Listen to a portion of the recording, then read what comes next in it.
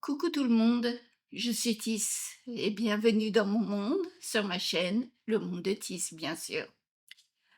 Aujourd'hui, je voulais vous parler de quelque chose d'un peu moins positif que d'habitude, moins optimiste, parce qu'il y a quelques jours, j'ai vécu des événements qui m'ont fait réfléchir et qui m'ont fait penser que, en fait, ce en quoi je crois depuis toujours, ce que j'espère, en fait, n'était pas possible. En fait, l'inclusion véritable, comme je l'imagine pour les personnes autistes, ne pourra jamais se faire. Et je vais vous expliquer tout ça après ça.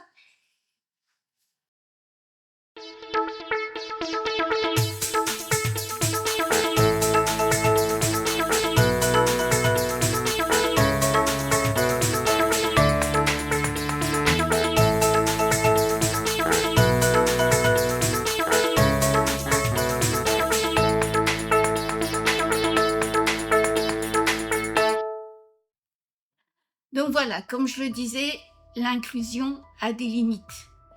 Même si on veut bien faire, même si les personnes sont de bonne volonté, même si elles veulent aller jusqu'au bout, si elles y qu'elles font partie d'associations, qu'elles se forment, etc., eh bien, il y aura toujours quelque chose, un problème dans la communication qui fait qu'à un moment donné, elles ne comprendront pas la personne autiste. Elles se bloqueront totalement. En fait, avec mon mari, ça nous est arrivé il n'y a pas longtemps. Et nous sommes, alors que nous avions pris une décision en accord avec ma santé, ma fatigue, mes projets, etc., les personnes à qui on l'avait annoncé l'ont malheureusement très mal vécu. Alors qu'on pensait qu'ils le comprendraient. Tout cela pourquoi? Puisqu'il y a une frontière infranchissable causée par les émotions. Les émotions, et en particulier des émotions négatives comme la colère, le ressentiment, la rancune, quand la personne se sent blessée dans son amour-propre, quand elle se sent agressée dans ses valeurs, dans ce qu'elle croit, ce que je peux tout à fait comprendre d'ailleurs, hein, comme je dis toujours, le chemin doit se faire autant des neuroatypiques vers les neurotypiques que dans l'autre sens.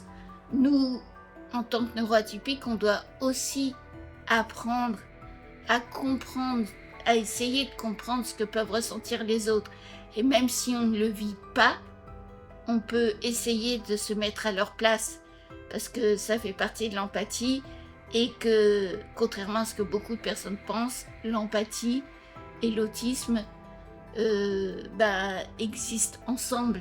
Donc tout ça pour dire qu'à un moment donné, dans une discussion, quand une personne qui n'est pas autiste se sent blessée, se sent comment dire, frustrée, etc., elle va oublier qu'elle a en face d'elle une personne autiste, et surtout si cette personne autiste est sans déficience intellectuelle.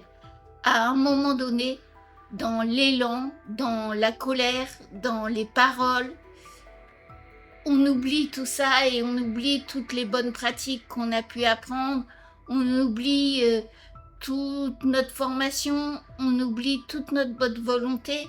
Et ça peut arriver même aux personnes les plus adorables du monde, les plus gentilles. Et là, vraiment, je le dis du fond du cœur, puisque pour moi, ce sont des personnes qui, pour moi, sont des amis, et que j'espère le resteront longtemps, quoique.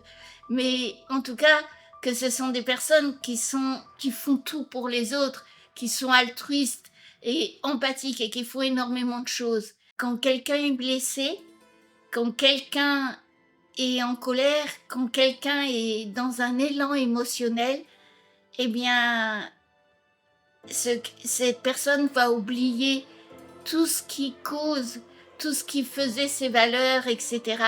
Et en s'adressant à la personne autiste, elle va parler fort, elle va crier, elle va oublier le fait de faire une phrase, une consigne. Elle va oublier le fait que la personne qui est en face d'elle est autiste et risque de se bloquer. Et d'ailleurs, c'est ce qui se passe, va se bloquer de plus en plus, va elle-même se replier et ça finira par une chose. Elle ne voudra plus répondre ou elle répétera toujours les mêmes choses et ça sera pris comme une agression, comme le fait de ne pas vouloir faire preuve de bonne volonté.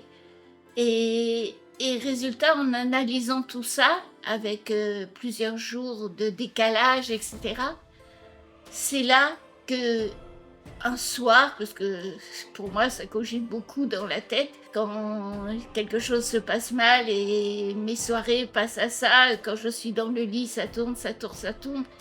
Et c'est là que j'ai réalisé, que je me suis dit, en fait, l'inclusion, c'est bien joli, mais la véritable inclusion, on pourra faire tous les aménagements qu'on veut. On pourra aller vers toutes les adaptations, former les gens, les sensibiliser, etc.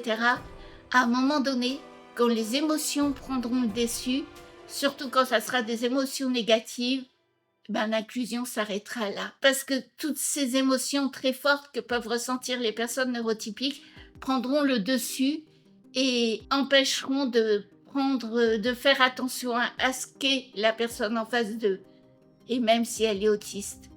Donc c'était juste un petit mot pour vous dire cela. C'est pas grave, on s'en remettra.